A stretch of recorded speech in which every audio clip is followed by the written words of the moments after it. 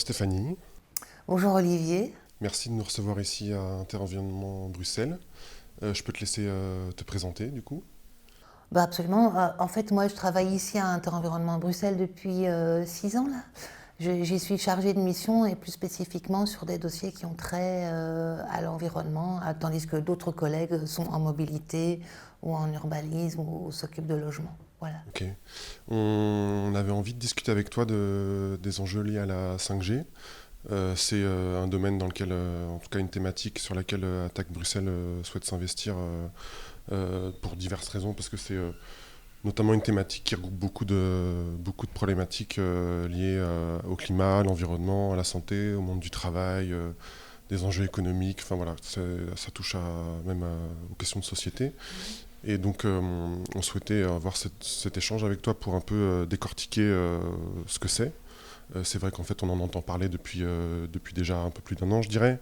Ouf, plus que ça. Plus que ça, mais d'ailleurs je suis pas spécialiste, donc n'hésite pas à me corriger comme tu fais si je dis des bêtises, mais on en entend parler depuis un petit temps déjà, et aujourd'hui on se rend compte que cette technologie elle est déjà développée sur le territoire, que en fait ça s'est fait un peu enfin c'est passé un peu comme une lettre à la poste, et on attend un peu de ce débat démocratique. On se demande un peu, voilà, si on a une emprise en fait sur ce qui est mis en place avec cette technologie, et on entend même aujourd'hui qu'on serait déjà passé à la 6G. Enfin voilà, c'est un peu ce rouleau compresseur, et c'est cette thématique assez complexe qu'on a envie voilà, décortiquer avec toi. Et alors, je commencerai déjà par une première question qui serait qu'est-ce que représente la 5G pour Interenvironnement Bruxelles? Ouais, c'est une nouvelle technologie, et, mais elle est différente des technologies antérieures, en tout cas ce que promettent les industriels par rapport à cette technologie, parce qu'il faut toujours recadrer le discours. Ce qu'on en sait, en tout cas nous, citoyens, de cette technologie, c'est ce qui percole. On n'est pas au courant de tout, et donc c'est pour ça que je vais mettre aussi un bémol peut-être parfois à certaines questions où je ne pourrais pas répondre parce que je n'ai pas l'information. En l'occurrence, ce qui est promis par les industriels avec la 5G, c'est des vitesses très élevées de débit, de téléchargement, proches de la milliseconde, donc quelque chose dont on ne se rend même plus compte. Donc les paquets de données vont transiter à une vitesse éclair entre un récepteur et un émetteur. Je répète, les paquets de données vont transiter à la vitesse de l'éclair entre un récepteur et un émetteur. Voilà, ça c'est une première promesse. Ensuite de quoi davantage de connexion, puisque la 5G augure un basculement attendu par les industriels dans ce qu'on appelle l'Internet des objets, donc la possibilité que des objets se communiquent entre eux, mais aussi des humains avec des lieux, leur maison, leur travail, donc des espaces en fait qui seront... et donc c'est tout le basculement aussi dans les villes intelligentes, Smart City, donc il y a beaucoup d'intérêts économiques qui sont derrière le déploiement de cette 5G. Il y a aussi un élément dont on ne parle pas assez, me semble-t-il, qui est très nébuleux, c'est le déploiement de la 5G dans l'espace via des satellites, des petits satellites qui sont lancés, des constellations de satellites. Alors je ne sais pas pourquoi c'est tombé complètement dans l'obscurité de ce déploiement de la 5G, et même lors du débat à la commission délibérative ici, qui a lieu pendant tout le mois de mai avec ces 45 citoyens et ces 15 parlementaires qui doivent discuter en fait des enjeux de la 5G, puisque ça reprend un peu ton introduction.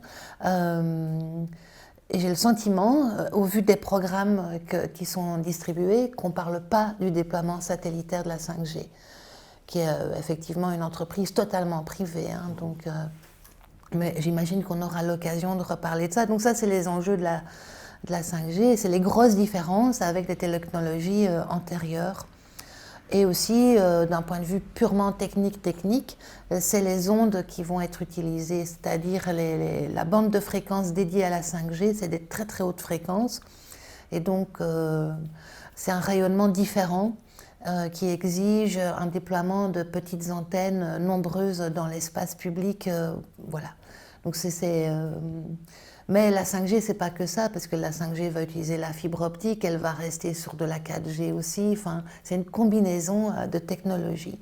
Okay. Et donc, c'est pas complexe à comprendre, mais en tout cas, si on veut déplier les choses, ça demande un petit peu de temps. Il y a beaucoup de contenu, quoi. Il y a beaucoup de contenu, ouais. Et alors, tu parlais des discussions qui avaient lieu au Parlement, si je ne m'abuse.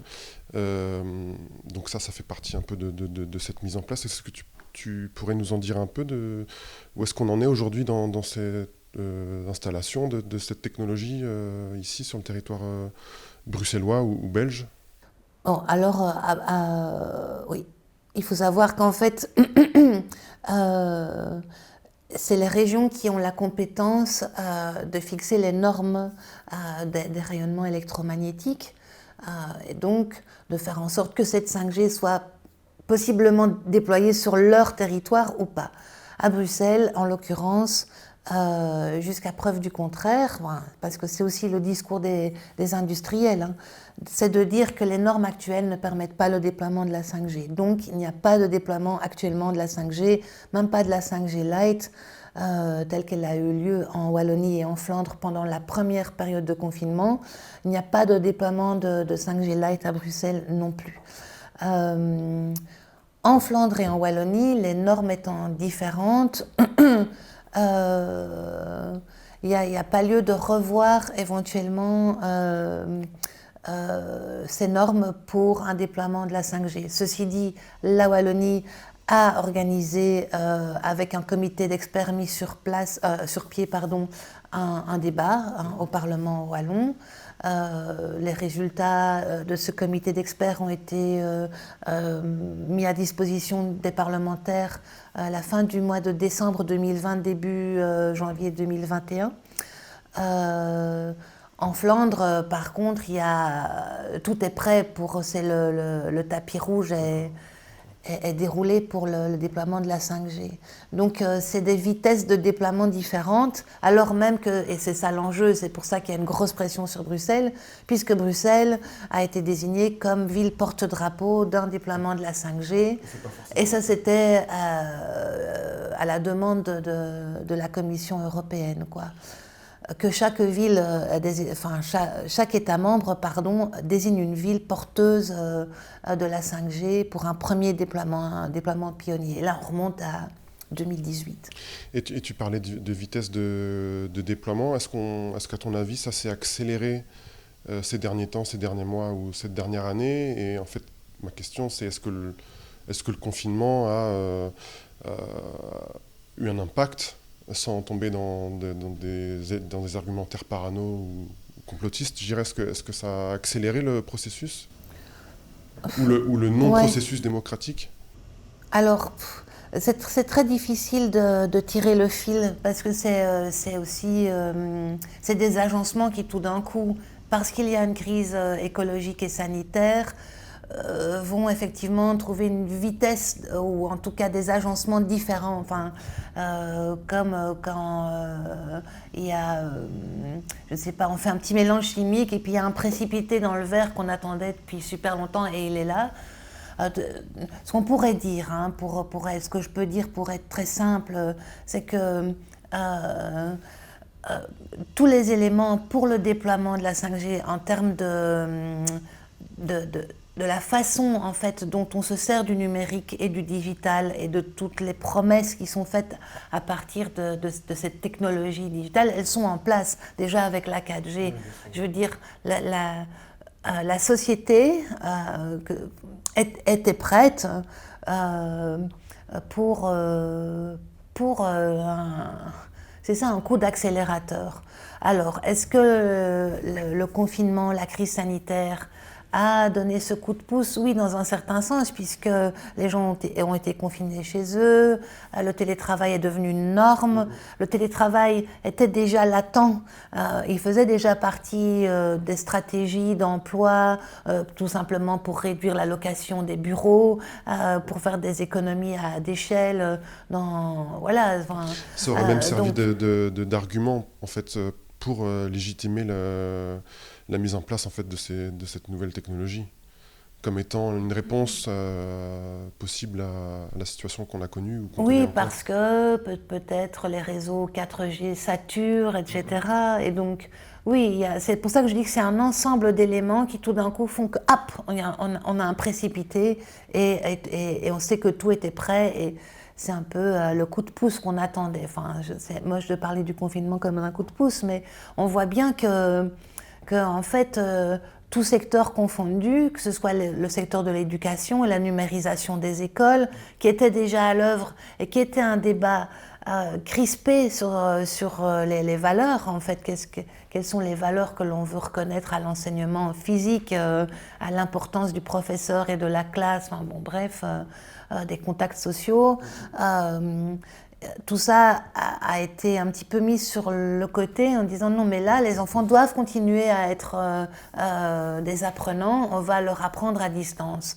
Et donc bien sûr que c'est très complexe puisque les parents étaient aussi en télétravail à la maison et qu'il fallait poursuivre l'école. C'est un petit exemple, mais qui prouve à quel point c'est compliqué, c'est-à-dire qu'est-ce qu'on fait? Est-ce qu'on refuse l'école numérique et donc les enfants pendant 3-4 mois n'ont plus cours, ou est-ce qu'on met le pied dans l'engrenage? Et puis voilà, et tout secteur confondu a souffert plus ou moins du confinement et puis de la numérisation de la société, de comment il y a eu une accélération majeure. Enfin, quand on pense que maintenant, je ne sais pas, de nombreuses universités travaillent à distance sur Teams, elles ont été équipées massivement. J'écoutais l'entretien de la CEO de Solvay la semaine dernière à la radio, qui expliquait qu'à l'échelle du déploiement de Solvay, donc qui est une entreprise énorme qui utilise 24 000 personnes, lorsque la crise sanitaire a été déclarée, donc ils ont des succursales partout dans le monde, l'idée c'était, ben voilà, il faut absolument que ces gens puissent continuer à travailler, que l'entreprise continue. C'est une entreprise, Solvay, c'est la chimie quand même. Cette CEO avait dit à son service informatique combien de temps est-ce qu'il faut pour que tout le monde puisse travailler chez soi, au moins la moitié de nos collaborateurs, donc 12 000 personnes. Et le service avait répondu 6 mois. Et elle leur a répondu 1 semaine, vous avez 1 semaine. Et après 2 semaines, il y avait 12 000 travailleurs qui étaient en télétravail, supra-équipés, qui pouvaient tout faire de la maison. Donc, c'est pas parce que tout d'un coup on inventerait la technologie, non, tout est prêt en fait. C'est ça qu'il faut aussi comprendre. C'est pas du complot. La société, elle est prête pour. Enfin, tout a été déployé précédemment. Et la 5G, c'est une technologie qui arrive et qui va pouvoir donner un coup d'accélérateur majeur à une hyperconnexion permanente, en fait, pour laquelle force est de constater que tout le monde est prêt. Alors on est prêt, mais enfin, comment dire, est-ce qu'on est prêt aussi aux impacts que ça pourra avoir ou à la situation que ça peut amener? C'est ça, je pense, que aussi le point sur lequel on voulait discuter avec toi, parce qu'il y a quand même pas mal de personnes ressources, de professionnels, la société civile, des associatifs, le mouvement social, en tout cas dans une certaine mesure, qui pointent du doigt cette fuite en avant, en tout cas cette avancée, cette technologie et son développement, des inquiétudes, des analyses qui remettent en question quand même pas mal de choses par rapport à ce développement, un impact qui pourrait être considérable notamment sur le climat et sur l'environnement. Et tu l'as dit, il y a aussi beaucoup d'éléments de la société qui seront impactés par cette chose-là, cette 5G. Et alors ma question, parce que il y a des collectifs qui s'organisent pour interpeller le politique, pour conscientiser, pour informer la population, pour faire vraiment un travail d'information en fait déjà tout simplement, et même d'organisation pour s'opposer en fait à ce développement. Je parle ici de la campagne Territoire sans 5G, pardon. Est-ce que tu peux nous en dire un mot? Est-ce que tu peux nous présenter brièvement ce que c'est et quels sont les objectifs de cette campagne? Bon, un territoire sans 5G, d'abord, c'est un groupe, c'est un collectif de collectifs, hein, parce que, pour citer certaines assos qui soutiennent ce projet, ben, il y a les acteurs et actrices des temps présents, le CADTM, il y a Pour Presse, il y a Extinction Rebellion dedans, enfin je ne les cite pas tous, mais voilà, il y a Actic, et donc c'est un ensemble de personnes justement qui veut questionner les trajectoires technologiques qu'on nous impose et restituer un débat démocratique qui, à leurs yeux, n'a pas lieu, quand bien même il y a cette commission délibérative qui est en place et qui a débuté fin avril et qui terminera à la mi-juin. Mais peut-être que ça, on reviendra sur ça. Je vais d'abord parler de territoire sans 5G. Et donc, l'idée, c'était de jouer le dernier va-tout, c'est-à-dire à partir du moment où tout est décidé au niveau européen, on va dire ça comme ça, et puis national, dans les États-nations, et puis les régions, la façon dont les régions doivent s'emparer de ces directives, les mettre en place, déployer la 5G, que tout est décidé, que tout est coulé dans des accords de gouvernement, des accords supranationaux, etc., des accords qui lient notamment le politique et le privé, puisque la 5G, c'est beaucoup de partenariats publics-privés, notamment à l'échelle européenne, des milliards d'investissements PPP en PPP, ce qu'on appelle la 5G PPP d'ailleurs, hein. C'est comme ça que c'est écrit sur les textes de la Commission européenne. Donc voilà, qu'est-ce que nous on pouvait faire à partir du moment où on nous dit, ben voilà, il y a une commission délibérative dont la question qui est posée aux citoyens est quand même perturbante, puisque c'est la 5G arrive à Bruxelles. Comment est-ce qu'il faut la déployer, quoi? Quels sont, en tenant compte des enjeux environnementaux, sanitaires, sécuritaires, démocratiques, etc. Oui, la question c'était comment elle se met en place et pas faut-il la 5G. Donc c'est même pas, la question n'est pas de se positionner sur la pertinence et le besoin et les usages d'une technologie. La question c'est juste dire, ben, elle est là, on vous l'impose, et puis vous allez juste choisir la couleur des barreaux de la cage en laquelle on vous enferme, quoi.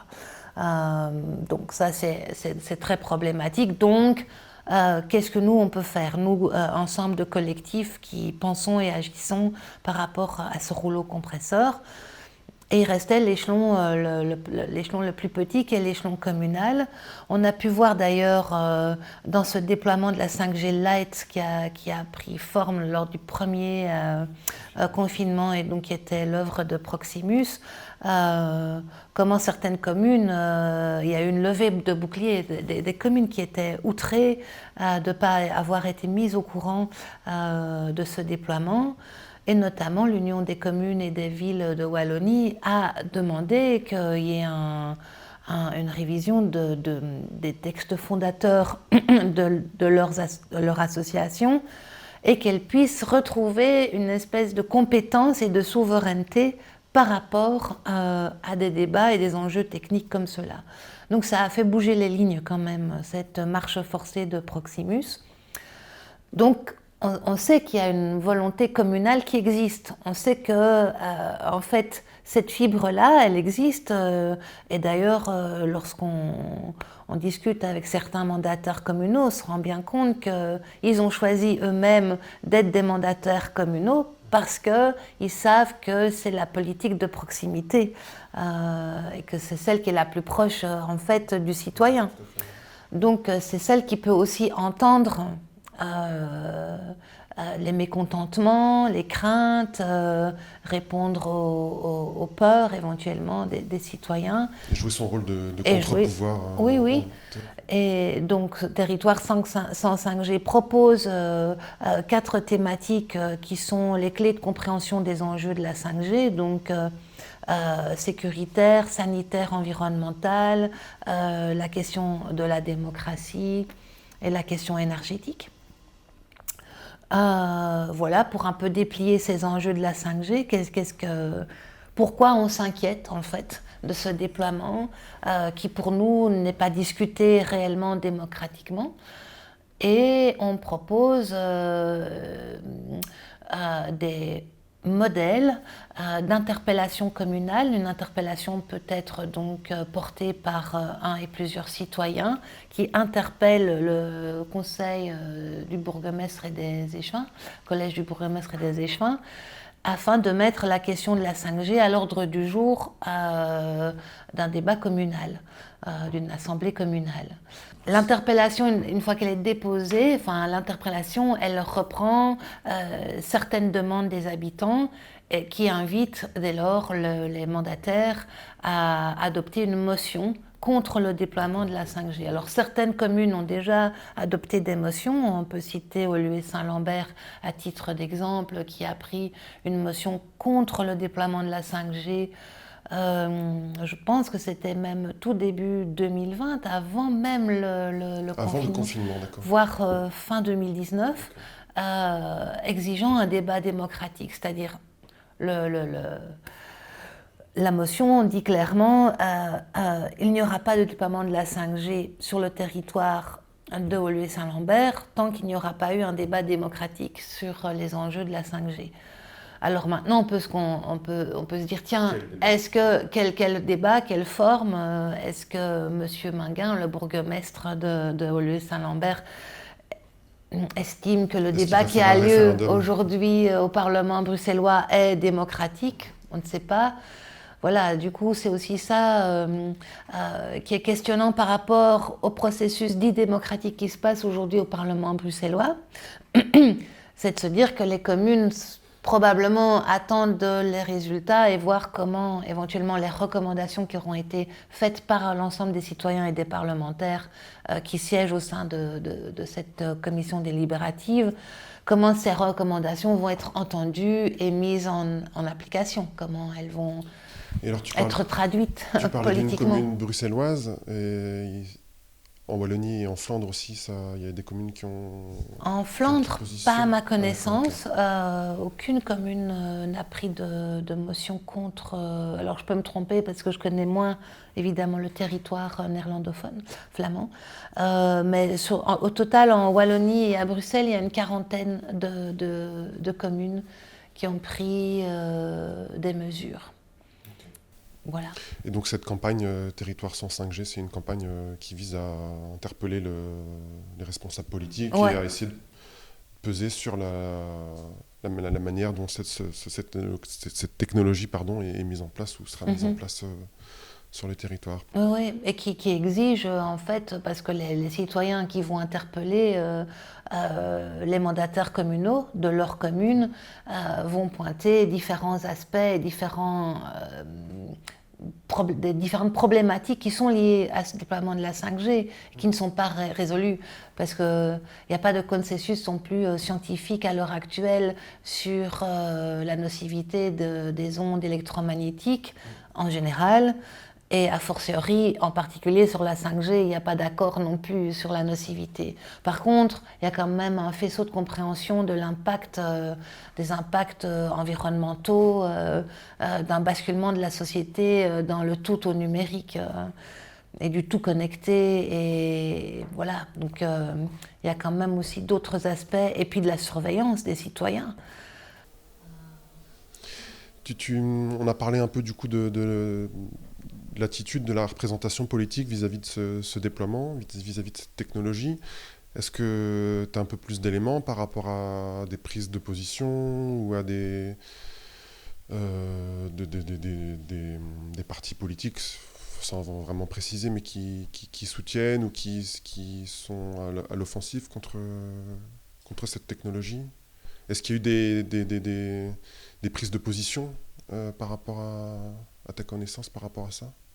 Des prises de position fortes, tranchées, qui seraient portées à la conscience des citoyens par les politiques qui nous représentent. Pour moi, non. Je n'en connais pas. J'en connais pas. Il y a C'est plutôt... intriguant, enfin, ça questionne quand même de se dire qu'un tel, un tel mécanisme n'a si peu occupe si peu d'espace dans le débat public. Oui, sans doute qu'en fait, l'éveil des consciences même de la classe politique dirigeante est assez tardif. Probablement parce que c'est le récit technologique aussi. Moi, je vois l'histoire de la technologie comme un récit qu'on nous conte. Quand je dis on, ben, c'est les industriels. Enfin, et qu'on se compte aussi à nous-mêmes, où on fait plus trop attention. Et en fait, c'est aussi intéressant cette appellation 1G, 2G, 3G, 4G, 5G. C'est le récit de saisons qui se succèdent. C'est une suite. Voilà, on est au chapitre 5. Il n'y a pas de quoi s'inquiéter. Puis après, ce sera le 6. Donc, l'histoire a commencé, puis elle continue. Donc, peut-être que ça nourrit aussi les imaginaires et la façon dont on va s'inquiéter ou pas des technologies et de la façon dont elles impactent le vivant en règle générale et les interactions du vivant, c'est-à-dire de la façon dont les humains interagissent entre eux, comment les technologies sont performatives, comment elles modifient, elles instiguent des mutations profondes dans l'organisation des sociétés et dans la façon aussi dont les humains interagissent avec le non-humain, enfin voilà, bon bref. Et comment se positionne, quel est le discours des gens, enfin des défenseurs ou des fervents partisans de cette 5G? Sur quoi ils basent cette analyse ou il y a plusieurs éléments à la clé. Il y a d'abord tout ce discours sur le progrès. C'est aussi l'histoire du monde industriel, ça, que la technologie va sauver l'humain, ou en tout cas va permettre un mieux-être, sans jamais questionner en fait les impacts négatifs éventuellement de cette technologie. Et ça, on le voit à travers l'histoire entière de l'industrialisation des sociétés. Donc ça, c'est un premier élément. Donc le progrès reste un élément clé de la compréhension de la façon dont on accepte une technologie, parce elle va nous sauver. En l'occurrence ici, avec la crise climatique, qui occulte d'ailleurs le climat, c'est un peu l'arbre qui cache la forêt, mais bon. Il y a tout cet enjeu de cette technologie qui est présentée comme verte, plus verte. Le numérique est présenté comme une technologie verte. D'ailleurs, on parle du Green Deal européen. Dans ce Green Deal, il y a une part énorme qui est faite à la numérisation des sociétés, avec l'injection de beaucoup d'argent dans cette numérisation. Il suffit aussi de se souvenir du plan stratégique de Charles Michel lorsqu'il était Premier ministre, où là aussi le plan stratégique d'investissement prévoyait des montants faramineux pour la digitalisation de la Belgique. Et donc, même pour l'enseignement, alors c'est toujours de l'équipement, c'est-à-dire que c'est de l'argent qui est mis pour l'équipement. Donc, parce que le progrès, c'est l'équipement, il faut équiper les êtres humains, mais moins pour leur formation ou pour leur développement personnel. Donc, il n'y a jamais eu d'argent pour l'enseignement depuis des décennies, mais tout d'un coup, pour équiper les écoles en numérique, là, il y a énormément d'argent. Donc, c'est aussi tout le discours sur la croissance verte. Voilà, c'est quand on analyse un petit peu, alors qu'on sait très bien que la croissance, elle n'existe plus depuis aussi des décennies. Mais visiblement, la digitalisation de la société va permettre de relancer la croissance. D'ailleurs, on ne parle plus vraiment de croissance, hein, on parle de relance, surtout dans l'après-crise, la crise Covid, etc. Il me semblait qu'il y avait un autre argument, si on en parlait, l'argument de la création d'emplois. Je ne suis pas du tout forcément expert sur la question. À quel point cet argument il te semble valable quand on sait que dans une entreprise qui met en place ce genre de technologie ou qui déploie ce genre de technologie, le résultat se termine pas forcément justement par de la création, mais plus par des licenciements. Sur quoi basent-ils ces créations d'emplois? Alors là, c'est une inconnue pour moi. Je connais très très peu les textes sur lesquels ils se basent, les statistiques, comment est-ce qu'on évalue la balance entre perte et création d'emplois, parce qu'il y a surtout une mutation de l'emploi. Et donc, c'est une des questions d'ailleurs que moi j'ai adressées à l'ensemble des citoyens qui font partie de cette commission délibérative. Puisque en tant que personne ressource, puisque j'ai été amenée à prendre part au débat le 2 mai en tant que personne ressource, représentante de la société civile, voilà, c'est une question que j'ai posée. J'ai dit, en fait, il faut objectiver cette création d'emplois qu'on nous promet avec la digitalisation et la numérisation de la société. Je trouve qu'à ce niveau-là, les syndicats sont peu disserts. On n'entend pas parler en fait de leur point de vue. Donc ça serait intéressant qu'ils s'emparent, eux, en tant que représentants des travailleurs, de ces questions fondamentales. Parce que mutation de l'emploi, il y aura à partir du moment où une entreprise équipe une chaîne de production de petits ordinateurs qui fonctionnent ultra rapidement avec la 5G, il n'y a plus besoin d'humains. C'est une entreprise qui fonctionne sans plus d'intervention humaine. Donc qu'est-ce qu'on fait de ces humains, de ces travailleurs? Où est-ce qu'on les met? Il y a effectivement il y a certaines personnes qui ont pensé ce rapport à l'emploi, dont Christophe de Gries notamment. Ça pourrait être intéressant de le rencontrer, de le questionner sur ce qu'il a déjà pu glaner comme savoir sur ces questions-là. Parce que on peut imaginer effectivement une mutation de l'emploi où si on bascule dans l'ultra-numérisation de la société, il faudra beaucoup de petites mains. Vous savez, ces travailleurs du numérique, quoi, les petites mains du numérique. De même qu'on voit les mutations en cours, par exemple, tout ce qui concerne la disparition notamment des commerces parce qu'on fait de l'achat en ligne, ça a déjà impacté fortement. En fait, même le tissu commercial aujourd'hui à Bruxelles est impacté fortement par ces achats en ligne.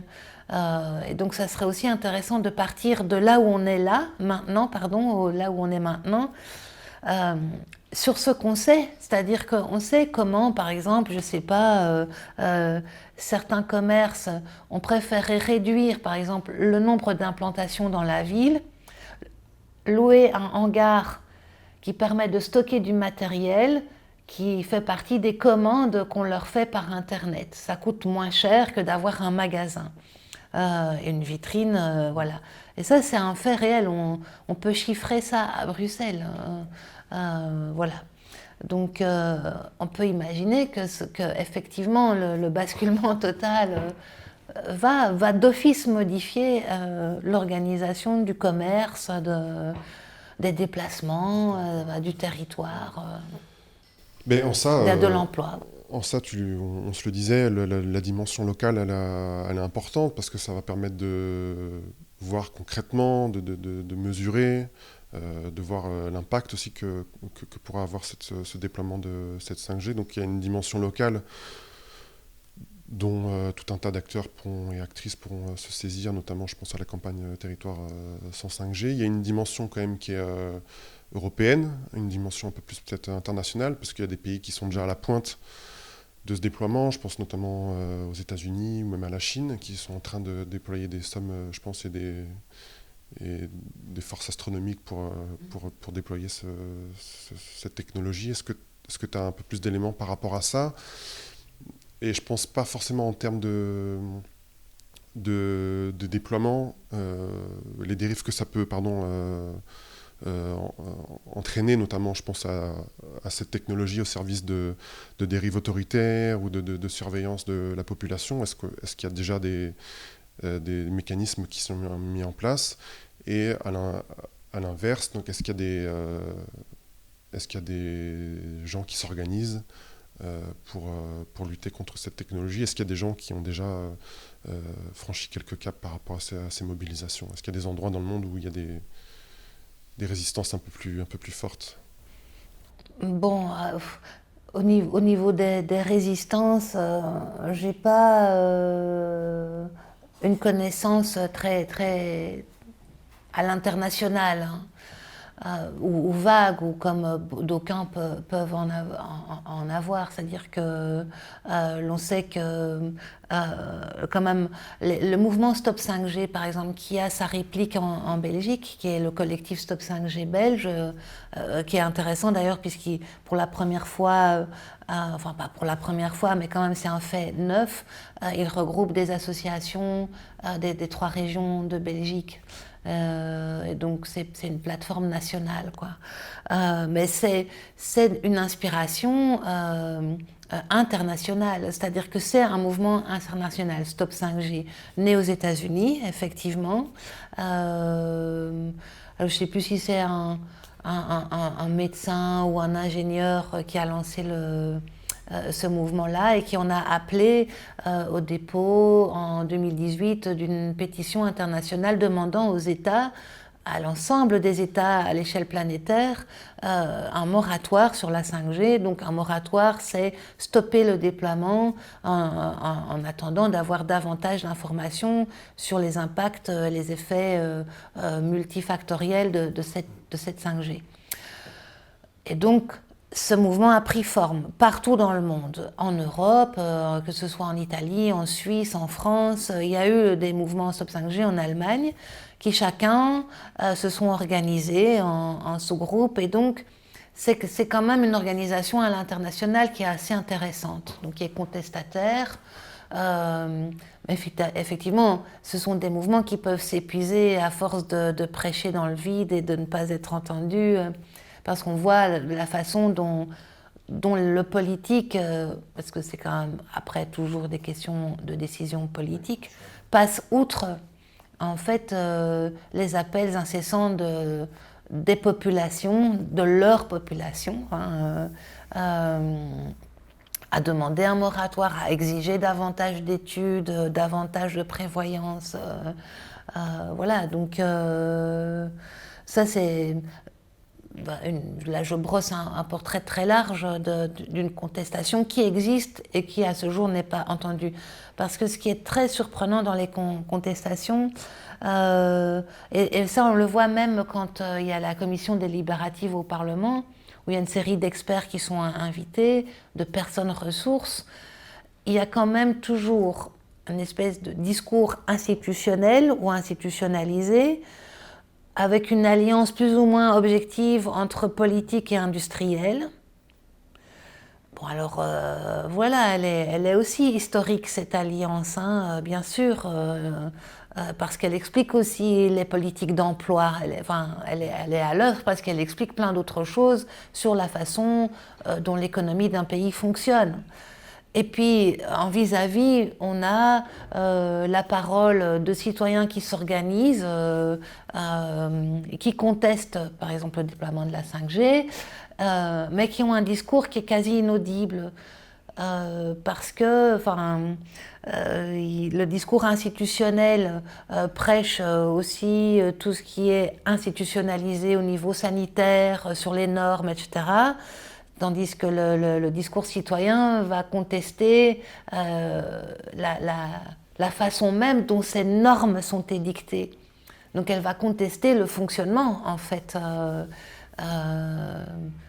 des décisions, voilà. Bon, bref. Et alors, on l'a vu en France, il y a quand même eu aussi, là, c'était un débat citoyen dont le nom m'échappe, mais ça n'a absolument pas empêché, finalement, quand bien même un nombre impressionnant de citoyens avait dit non, on ne veut pas de cette 5G, le passer outre, on le déploie et ça y est, et c'est bingo, et c'est parti. En Suisse, même chose, c'est quand même très...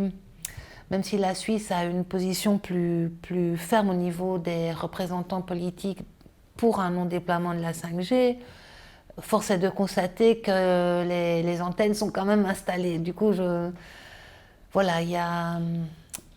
Et je voulais revenir à une partie de la question, c'était par rapport aux dérives qui peuvent être entraînées sur le déploiement de cette 5G, si elle est au service par exemple de, de- d'un pouvoir politique plus autoritaire ou qui a une volonté de contrôle de sa population, en tout cas de surveillance. C'est quand même quelque chose qui est d'actualité partout dans le monde, en Europe, enfin, et même pas que en Europe. Est-ce qu'on a déjà des inquiétudes, enfin, plus d'informations sur ces inquiétudes? Je pense à la surveillance, euh, Ben oui, bien reconnaissance sûr. faciale ou au contrôle des données. Oui, ou à la géolocalisation, tout simplement, hein. En fait, lorsqu'on se balade avec son téléphone et qu'on a activé plein d'applications, ben oui, on est géolocalisable. Ça, c'est le b.a.-ba du téléphone portable. On nous aurait dit, il y a 10 ans, 20 ans, on va vous inoculer une petite puce électronique qui va pouvoir vous tracer partout. On aurait crié au transhumanisme et blablabla. Mais en fait, cette puce, elle existe. Enfin, il y a même pas, c'est pas un complot, c'est rien. Cette puce, elle existe. Elle est dans notre sac, dans notre poche tout le temps. Donc voilà. Et par ailleurs, on utilise plein d'applications qui permettent de nous géolocaliser et qui donnent plein d'informations sur ce qu'on aime dans la vie, sur les copains qu'on fréquente. Enfin voilà, du coup, bien sûr, on sait la puissance de chaque clic. Les clics que l'on fait pour chaque application, c'est de l'argent et c'est de l'information. Et c'est de l'information qui vaut beaucoup d'argent. Donc, bien sûr qu'il y a des intérêts financiers majeurs à utiliser ces données. Et pas forcément à des fins les plus reluisantes. Enfin, voilà. Que des services des forces de l'ordre soient intéressés dans des applications de traçage des individus, des individus individuellement et de foule, bien sûr qu'on sait que ce sont des applications qui intéressent tant les forces de l'ordre, la police, que l'armée, que enfin, voilà. Donc Mais cette oui, il y a technologie lieu est de déjà utilisée s'inquiéter. Il y a lieu ouais, de tout à fait. s'inquiéter. Ces technologies sont déjà utilisées, hein. On sait très bien euh, simplement, par exemple, il y a déjà des drones qui sont utilisés lors de manifestations, etc. Mais que la 5G va pouvoir permettre une utilisation plus performante. On va pouvoir éventuellement capter de l'information avec les caméras qui sont dans la ville pour des reconnaissances faciales d'individus, de foules, gestion des foules lors de manifestations. Il y a déjà des tests qui sont enclenchés, pas avec la 5G, hein, avec les technologies existantes. Euh, donc oui, et on peut s'inquiéter justement de certains discours qu'on a pu entendre pendant le confinement et qui sont en fait ceux des politiques qui aujourd'hui sont dans la coalition au gouvernement régional bruxellois. Euh, qui disent que la Chine a géré magnifiquement la crise sanitaire. C'est questionnant. Est-ce qu'on peut souhaiter une telle gestion de crise? D'abord, on ne sait pas trop, hein, ça reste quand même très nébuleux, la façon dont la Chine a géré la crise sanitaire. Mais il est quand même question d'un régime totalitaire.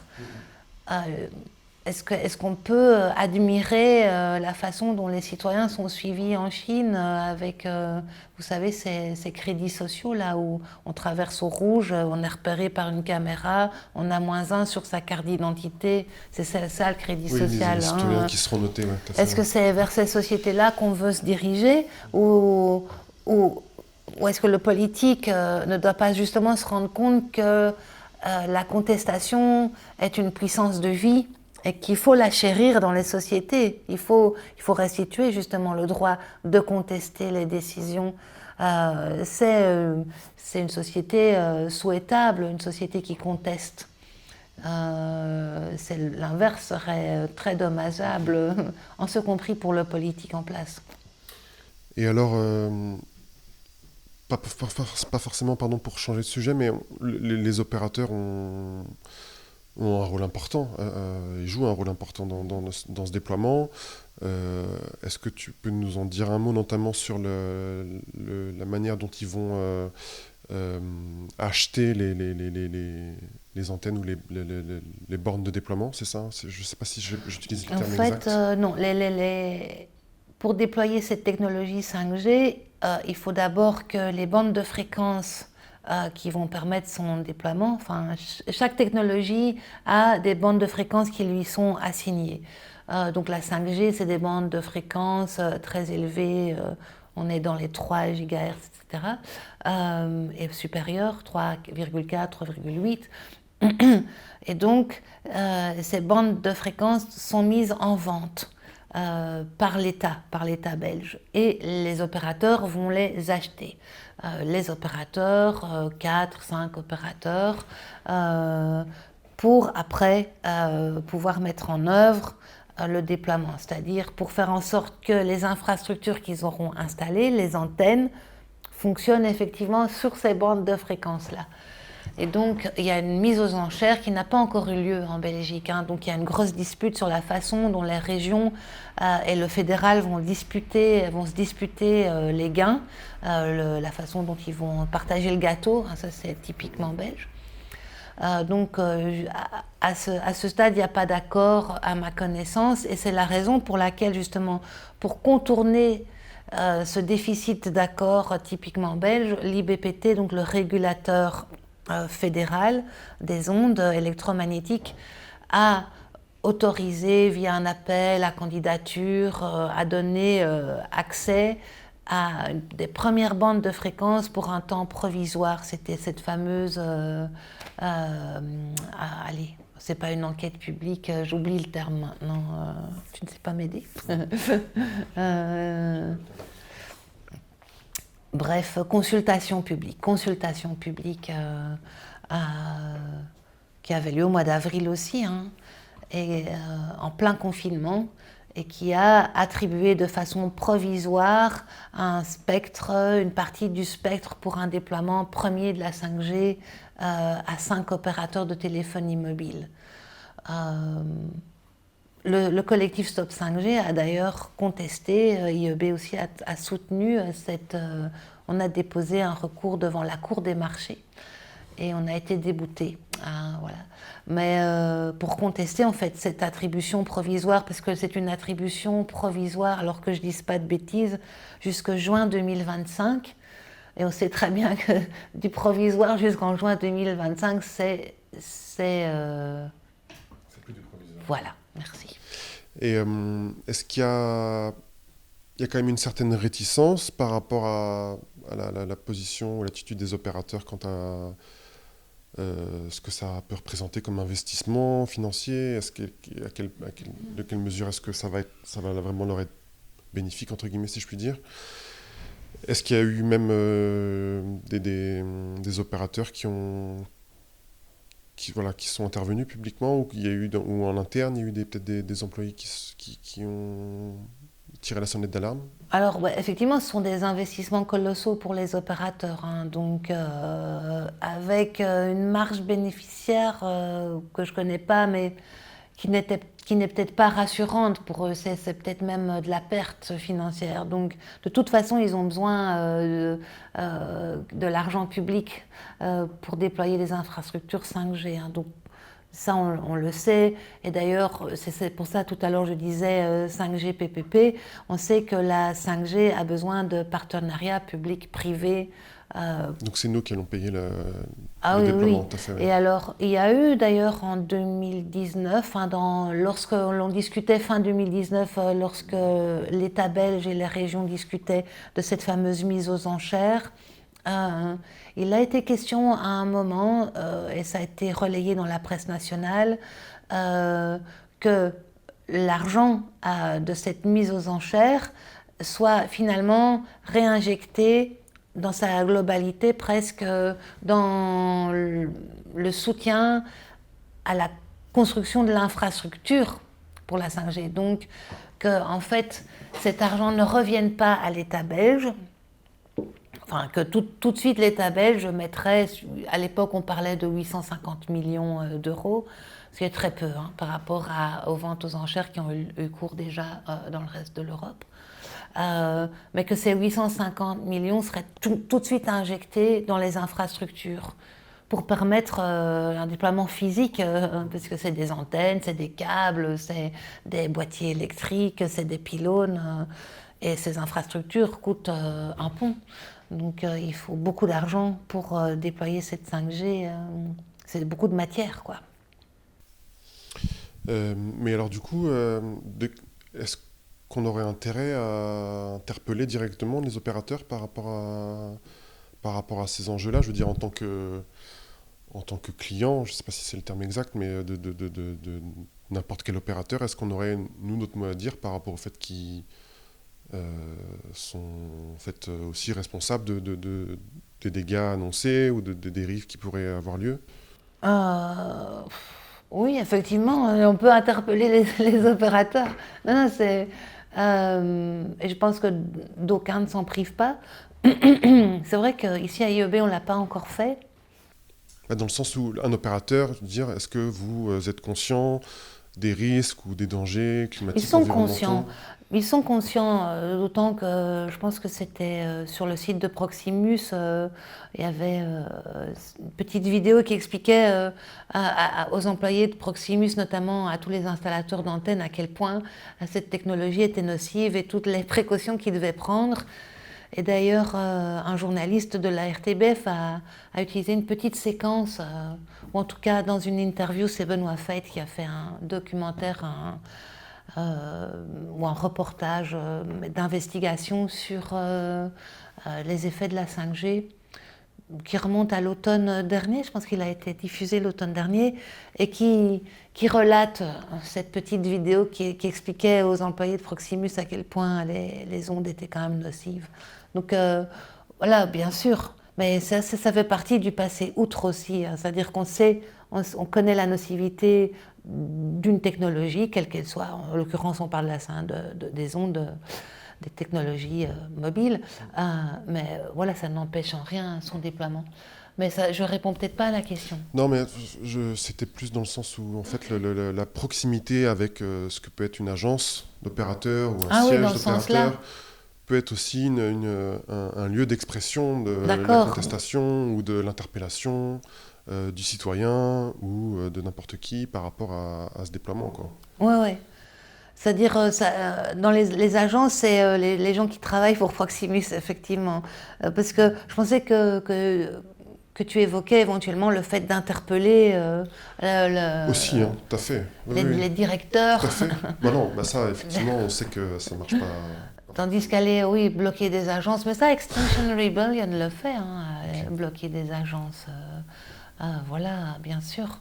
Ou interpeller directement le citoyen qui vient dans ce magasin, etc. Oui, il y a plein d'actions à mener dans la proximité, dans le lien entre...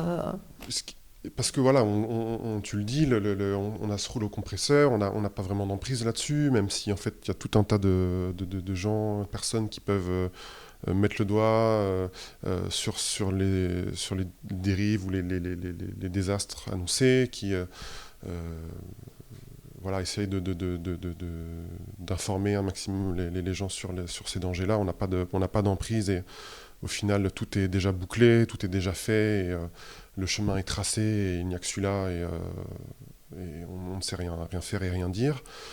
Il y a donc un enjeu de construire vis-à-vis de ça, face à ça, quelque chose de peut-être plus collectif encore que ce qui ne se passe aujourd'hui et quelque chose de plus fort, quoi. Et de plus fort, ouais. Parce que là, on est gentil. C'est ça. Non, mais c'est vrai, c'est-à-dire qu'on reste dans la volonté du débat. et dans la volonté discursive, donc du discours. On est dans... Alors, à partir du moment... Après, il y a des actions de prise de position dans l'espace public physique, où on est physiquement là, et par nos corps, on conteste, on monte des pancartes, voilà, enfin, c'est la contestation plus incarnée que dans le discours. Et après, peut-être qu'il faudra encore faire autre chose. C'est ça, jusqu'à quel point on est prêt à aller dans la contestation et dans le refus. J'ai vu que le collectif Stop 5G, lui, en appelait, relayait une pétition de scientifiques qui en appellent au boycott de la 5G, c'est-à-dire qu'effectivement, on le voit bien que la 5G a été installée dans les esprits avant même qu'elle ne soit installée physiquement dans l'espace, dans l'espace, le territoire, par des antennes, etc. Puisque les campagnes commerciales de marketing publicitaire remontent à 2017 pour les premières sur la 5G. On sait qu'une technologie met plus ou moins 10 ans à s'installer, chaque fois entre la 4G, la 5G, la 5G, la 6G, puisque on négocie à l'Europe, on négocie déjà la 6G en ce moment. Et ça, on le sait de sources sûres, même au fédéral, on négocie la 6G. Les pays membres de l'Union européenne sont actuellement en train de poser les bases de la 6G. Et donc la Belgique, au fédéral, participe à ces débats, évidemment. Mais toujours est-il que par rapport à la contestation, donc il y a ce boycott, c'est-à-dire en tant que consommateur de téléphonie mobile, je peux décider, moi, Stéphanie, et inviter plein d'autres personnes à ne pas utiliser cette 5G, à refuser son utilisation, à refuser d'acheter des appareils équipés 5G, enfin voilà. C'est possible d'agir aussi comme ça, c'est-à-dire d'essayer de bloquer des marchés, puisque veut pas, on est quand même les petits sujets des marchés, donc voilà. Et cette contestation, tu l'as dit, on le sait, elle est peut-être pas multiple, en tout cas, elle pourrait l'être, puisque c'est tout un tas de champs de la société qui seraient impactés et qui sont impactés par ces développements technologiques. Est-ce qu'aujourd'hui, il y a un enjeu? Enfin, la réponse n'est pas... est bête dans le sens où, effectivement, oui, il y a un enjeu à ce que le front soit le plus large possible de contestation. Est-ce que c'est le cas aujourd'hui, ou est-ce qu'il y a encore des marches et des étapes à franchir pour aller chercher d'autres acteurs ou d'autres secteurs qui ne seraient pas forcément mobilisés? On parlait des syndicats tantôt. Est-ce que tu penses peut-être à d'autres, ou même à l'enseignement? Est-ce que c'est des secteurs qui sont mobilisés? C'est des secteurs où on peut dire qu'il y a des niches de mobilisation. J'ai plein d'idées en tête de personnes que j'ai rencontrées qui sont actives dans leur profession au sein de leur milieu professionnel. Je pense à l'université, je pense aussi effectivement au réseau scolaire avec des profs qui sont depuis longtemps déjà qui veulent une feuille de route claire par rapport à la numérisation des écoles, ou tout simplement qui d'emblée, lorsqu'on a installé les bornes Wi-Fi dans les écoles, ont quand même appelé à une vigilance sanitaire. Donc il y avait l'aspect sanitaire, et puis là il y a l'aspect utilisation du numérique, tableau numérique dans les écoles, etc. Donc il y a des profs qui se sont bougés depuis très longtemps sur ces questions-là, qui ont écrit des bouquins super intéressants. On peut les citer, ces professeurs qui ont été inquiétés dans leur profession, donc parce que ils sont encore trop isolés, et peut-être qu'effectivement leur discours n'est pas entendu parce que justement c'est pas un discours institutionnel. C'est comme je disais tout à l'heure, c'est toute la difficulté d'arriver à une masse critique qui peut porter un discours qui s'oppose au discours institutionnel et qui revendique une autre façon de faire qui est entendable. Parce que la masse critique fait que tout d'un coup il devient entendable, ce discours qui s'oppose. À l'ULB, voilà, donc là j'évoquais par exemple une figure comme Bernard Legros, voilà, professeur à l'école secondaire. On peut évoquer à l'Université libre de Bruxelles, par exemple, ces enseignants et ces chercheurs qui se sont mobilisés lors du premier confinement et qui ont fait toute une campagne, entre autres portée par le groupe des Excellents, qui s'inquiétait déjà il y a plusieurs années de la dérive universitaire vers l'excellence, etc. Et qui aujourd'hui s'interroge sur l'école à distance, l'université à distance, où en fait il est question notamment parce qu'ils vont essayer de forcer une reprise en présentiel en septembre, mais qui n'est pas sûre dans les universités. Et donc... voilà, donc je pense que oui, mais forcément, peut-être qu'il n'y a pas encore assez d'alliance entre tous les acteurs qui bougent en ce moment. Donc ça, mais c'est difficile de réunir tout ce monde et d'avoir un front commun mais de toutes ces résurgences. C'est peut-être aussi notre manière de penser nos combats ou nos luttes, ou la manière de nous organiser et d'agir. Parce qu'effectivement, on le dit, c'est un rouleau compresseur, on a l'impression d'avoir un mur gigantesque en face de nous, mais est-ce que c'est pas aussi en remettant en question nos manières d'agir et de s'organiser qu'il faut peut-être trouver des solutions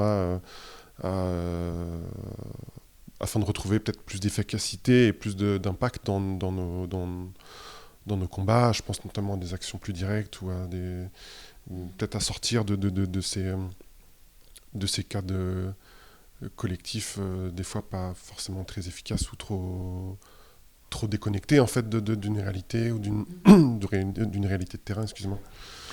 Mais quand tu évoques l'action directe, donc c'est être physiquement sur le terrain et puis...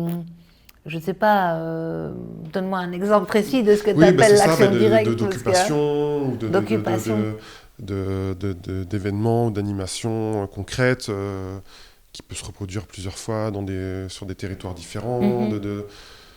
Un peu comme en fait, comme de penser notre combat pas ça, forcément dans la réflexion et dans les rituels qui sont fort présents quand même dans les combats politiques aujourd'hui. Ouais. Mais vraiment dans l'action, quoi. C'est-à-dire de quelle manière est-ce qu'on agit vraiment, de quelle manière est-ce qu'on conteste vraiment quand on agit, et de quelle manière est-ce qu'on est vraiment efficace quand on agit, quoi. Ouais. Alors là, justement, s'agissant d'infrastructures technologiques comme la 5G, où tu as des antennes, des pylônes, etc., tu peux vite tomber dans des dérives de sabotage. Bon, alors, on l'a fait contre l'envahisseur allemand. Hein. Du coup, le sabotage a fait ses preuves quand même dans une résistance qui a marqué des points. Je ne vais pas comparer bien sûr, mais t'inquiète pas. L'incomparable, mais enfin, je relève que qu'une résistance qui se fait entendre, quoi. Oui, une désobéissance qui se fait entendre, elle peut rester pacifique dans son sabotage, à mon avis, c'est-à-dire elle ne va pas nuire, elle ne va pas nuire à d'autres êtres, mais elle sort éventuellement de la zone de confort du discours. Voilà, oui, bien sûr. Et de la même manière, il y a des choses qui sont faites, par exemple, le travail de Technopolis est très intéressant, hein, qui cartographie comme ça notamment toutes les caméras, etc., dans la ville, la façon dont nous sommes surveillés en permanence par toute une série de caméras, qui apprend dans des balades à repérer dans l'espace public les caméras. C'est très intéressant. Et après, avec ces connaissances-là, on fait ce qu'on veut. Je veux dire, si certains ont envie d'aller emballer enfin, appelons un chat, hein, on parle de résistance, j'ai envie d'aller emballer une caméra pour qu'elle ne puisse plus filmer, je lui mets, hop, sa petite capote et hop, c'est fini. Je veux dire, ça peut être des actions aussi de refus d'être filmé, c'est-à-dire on ne casse rien, on ne fait rien de mal, mais on refuse d'être filmé. Ça peut être ça. Bon, après, quand je dis ça à face cam, c'est comme si j'appelais à faire ça, alors que je dis juste une évidence, en fait. C'est une évidence que tôt ou tard, il y a des personnes qui vont faire ça, parce que si on commence à nous filmer tout le temps, et à repérer tout citoyen gênant, à le localiser, à l'identifier, enfin à le mettre sous écrou, ouais, ça va devenir compliqué, quoi. Parce qu'on on peut se dire aussi que la contestation va devenir de plus en plus difficile. Effectivement. Voilà. Ça peut, oui. Voilà. C'est déjà le cas. Et alors, j'avais 2 dernières questions pour terminer. Est-ce que tu as des éléments à nous communiquer par rapport à cette commission délibérative sur des échéances ou sur quelque chose, un document officiel qui va être remis ou une décision, quelque chose Alors, donc les débats auront lieu jusqu'à la mi-juin. Il y a plusieurs week-ends d'affilée qui sont programmés, donc, et qui permettront à cette commission, aux membres de la commission délibérative, donc je rappelle 45 citoyens et 15 parlementaires bruxellois,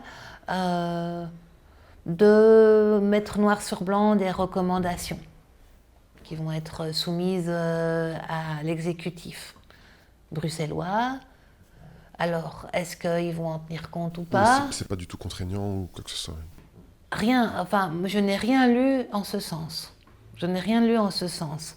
Voilà. Parce que, pour réagir à ça, parce qu'il me semblait qu'il y avait pas forcément par rapport à cette commission délibérative, mais il me semble qu'en région bruxelloise, il y a un mécanisme qui permet que des citoyens qui se mobilisent et qui signent un certain nombre de pétitions, il me semble que c'est 1000 ou un peu plus, peuvent contraindre, forcer ou en tout cas faire en sorte que le pouvoir politique se saisisse de la question et construise une commission, un débat vraiment spécifique sur est-ce qu'il y a un enjeu, peut-être à imposer un débat via ce mécanisme. Oui, si j'ai un petit peu regardé. Parce que 1000 alors signataires, c'est facile, effectivement, mais il y a des critères de recevabilité. De recevabilité, et parmi eux, il faut notamment que les questions portées par les pétitionnaires, qui sont effectivement en nombre de 1000, n'aient pas déjà été discutées au Parlement. Ouais, okay. Et donc tu as une série de... Il faut aller voir dans les détails, en fait, ce que propose... c'est très bien, hein, cette proposition, je trouve que voilà, ça a le mérite d'exister. Mais de là à pouvoir le saisir dans le cadre du déploiement de la 5G... C'est trop tard. C'est trop tard. J'avais regardé déjà il y a 1 an, parce que c'est la nouvelle législature qui a mis ça en place. Hein. Je trouvais que c'était déjà très limite, parce qu'il lui fallut alors poser des questions qui n'avaient pas été posées, c'est-à-dire sortir du carcan sanitaire, des normes, parce que tout ça avait déjà été débattu au Parlement. Et donc trouver d'autres focales pour faire débat sur le sujet, quoi. Notamment les questions énergétiques auraient pu à ce moment-là faire partie du débat, puisque les antennes 5G vont consommer moins. Et alors peut-être pour finir, c'est toujours important, je pense, quand on se mobilise contre, quand on essaye de lutter contre, de faire face à ce genre de... On l'a dit, hein, de dérives, de désastres, de toutes ces difficultés qui vont pouvoir, qui sont déjà là avec ce déploiement de cette technologie. Comment est-ce qu'on pourrait imaginer de mettre en avant un contre-projet, ou en tout cas une réponse, une alternative sur ce déploiement technologique? C'est caricatural ce que je veux dire, mais est-ce qu'il faut peut-être investir dans la carte postale ou est-ce qu'il faut militer pour la déconnexion? Est-ce qu'il y a vraiment des marqueurs comme ça qu'il faut mettre en avant? Est-ce qu'il faut... voilà, quel contre-projet, quoi? Est-ce que il y a des gens qui ont avancé des éléments par rapport à ça?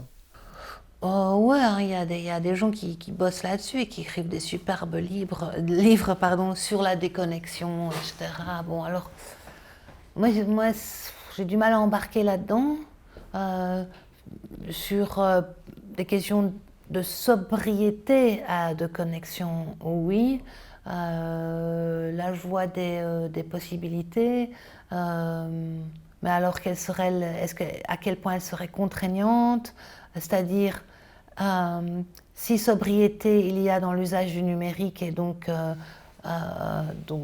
où on, où chaque individu est amené, alors est-ce que c'est volontaire ou est-ce que c'est contraignant, c'est-à-dire parce qu'un règlement va l'imposer, à limiter le nombre de téléchargements, à avoir un certain usage, notamment de l'Internet hein, ou des communications mobiles. Voilà, ça peut être des pistes dès lors que si on consomme moins effectivement en termes de communication mobile à haut débit, euh, c'est une chaîne vertueuse. Donc effectivement, on n'a pas besoin de développer des nouvelles technologies. La 4G, c'est déjà bien assez. Hein. D'ailleurs, est-ce qu'elle a déjà bien fonctionné, Ou cette alors 4G? d'avoir une lecture politique par rapport à ce que tu disais tantôt sur la place de l'humain vis-à-vis de cette technologie. Dire comment est-ce qu'on agence le rapport entre le... Oui, oui, parce que oui, bon, parce qu'effectivement, le déploiement de la 5G à grande échelle, ça, c'est ce que les industriels veulent. Et je pense que c'est aussi une question d'amortissement des coûts. C'est-à-dire que si tout le monde change son smartphone, ben, quand même, il y a de l'argent qui circule et puis on utilise la technologie et on peut avancer comme ça. À partir du moment où la technologie, euh, elle est définie pour des usages très particuliers, des besoins très particuliers et confinés et plus du tout en fait déployés à grande échelle, là on est déjà dans une autre approche aussi. Personnellement, je pense que ça c'est une voie qui est impérative, c'est-à-dire on n'a pas besoin de déployer la 5G à grande échelle. C'est de l'enfumage total. Et notamment cette 5G qui va pouvoir, en service ambulancier, opération ambulatoire, machin et tout, on n'a pas besoin de ça. Enfin, c'est tout un chantage technologique pour justifier un déploiement à grande échelle. Que des blocs opératoires soient équipés en 5G, éventuellement, c'est-à-dire et via la fibre optique enfin la fibre optique on la veut pour tout le monde évidemment, pas juste pour les blocs opératoires, mais voilà, ça c'est un choix qui est effectué par un secteur particulier de la société, qui est le secteur des soins de santé. Si des entreprises veulent développer des chaînes de montage en 5G, qu'ils le font. D'ailleurs, ça serait intéressant parce qu'on verra d'office l'impact sur l'emploi. Euh, voilà, ça c'est un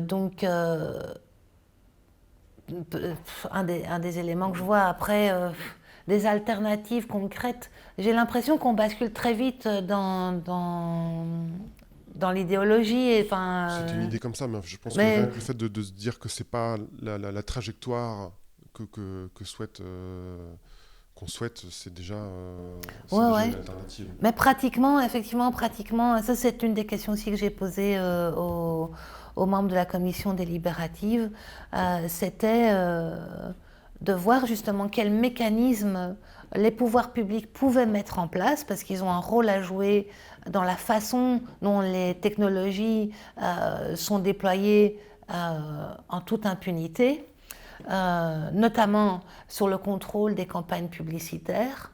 Pourquoi est-ce que, enfin, je veux dire, je me souviens de cette campagne publicitaire qui s'était étalée dans le métro au moment des élections régionales de 2019, où euh, euh, c'était pas un opérateur, mais bon, Qualcomm, qui déployait en fait une campagne Choose 5G, choisissez la 5G, comme si c'était une affiche électorale. Alors que les gens ne savent même pas ce que c'est la 5G. Hein. On pouvait demander dans la rue c'est quoi la 5G, mais c'est cette espèce de lobotomisation comme ça par rapport à ce type de technologie. Et donc là, je pense que les pouvoirs publics ont un rôle à jouer par rapport aux campagnes publicitaires, par rapport à une sobriété d'usage du numérique. Voilà, bon. Est-ce que vraiment pour finir, est-ce que tu as des éléments de contenu que tu pourrais présenter si des personnes veulent en savoir un peu plus sur ce dossier-là? Je pense notamment donc au site internet de la campagne Territoire sans 5G où il y a tout un tas de contenus qui sont repris. Ben, en fait, je pense qu'il y a pas mal d'intérêt à aller visiter le site Technopolis en un mot. Donc, si on tape dans un moteur de recherche Technopolis, on va tomber sur le site technopolis.be. Je pense que c'est .be, je ne sais plus maintenant. Enfin, il faut tester, quoi. Il y a beaucoup d'infos quand même sur le site Onde Bruxelles, notamment, sur stop5g.be. Puis il y a quand même pas mal d'écrits. À IEB, il y a moyen sur le site internet d'IEB aussi de trouver de l'information. On a consacré quand même plusieurs articles, dont un journal complet au meilleur des ondes, donc qui déplie en fait tous les enjeux de la 5G et qui en découle d'ailleurs avec le supermarché des objets connectés, cette société du gadget que les industriels nous promettent, parce que quand même, je vois pas trop l'intérêt d'avoir une brosse à dents intelligente ou un frigo intelligent ou des chaussettes intelligentes, des Pampers intelligents qui communiquent aux parents la quantité d'urine du bébé. Enfin, je comprends pas trop. Mais bon, et savoir s'il faut changer l'enfant ou pas. C'est quand même très important qu'il y ait un petit bip sur le téléphone qui dise caca, changer bébé. Non, mais ça va jusque-là. Donc, c'est la société du gadget aussi. Hein. Et donc, voilà. En termes de contenu, on peut En trouver termes de facilement. contenu, il y a moyen de trouver beaucoup et richement. Voilà. Je trouve qu'il y a beaucoup de personnes qui se mobilisent et qui rassemblent de l'information utile et nécessaire. Mais merci beaucoup Stéphanie pour cette discussion, c'était très sympa. Merci Olivier. Ensuite, affaire à suivre suite au prochain numéro, et notamment en suivant la campagne Territoire sans 5G. Sans 5G. Merci beaucoup. Merci, à bientôt.